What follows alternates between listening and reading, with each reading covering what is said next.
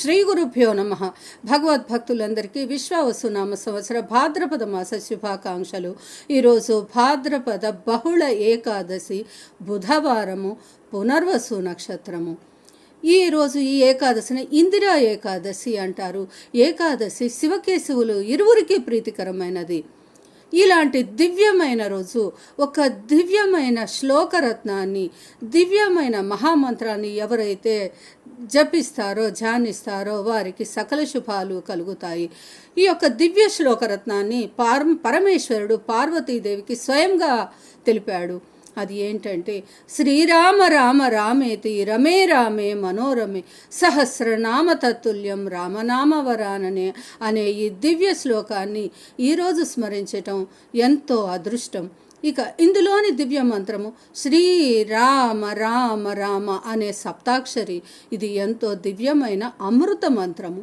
ఇక సౌందర్య లహరిలోని ఒక దివ్యమైన శ్లోకరత్నాన్ని ఇప్పుడు మనం పారాయణం చేసుకుందాం. దృశాద్రాఘీయస్య దరదళిత నీలోత్పలరుచా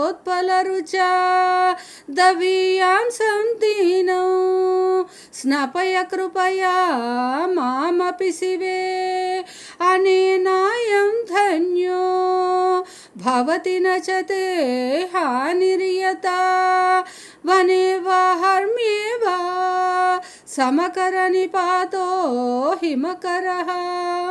అమ్మా ఆదిశక్తి జగజ్జనని, అమ్మా ఆదిశక్తి జగజ్జనని, నీ యొక్క దివ్యమైన నీలిరంగు నేత్రముల యొక్క కరుణారస దృష్టి దీనులమైన మా అందరి మీద ప్రసరింపచేసి మమ్మల్ని అందరినీ స్నానం చేసి తరింపచేయమ్మా.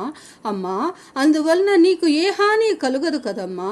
ఎలాగైతే చంద్రకిరణాలు వనముల మీద, భవనముల మీద సమానముగా పడతాయో, అలాగే నీ దివ్య నేత్రముల కరుణారస దృష్టితో మమ్మల్ని అందరినీ తరింపచేయమ్మా అంటూ శంకరాచార్యుల వారు అమ్మవారిని ఈ విధంగా ఈ శ్లోకంతో ప్రార్థించమని మనల్ని అనుగ్రహించారు. మనందరము ఈ శ్లోకాన్ని ఈరోజు పారాయణం చేసి తరించుదాము.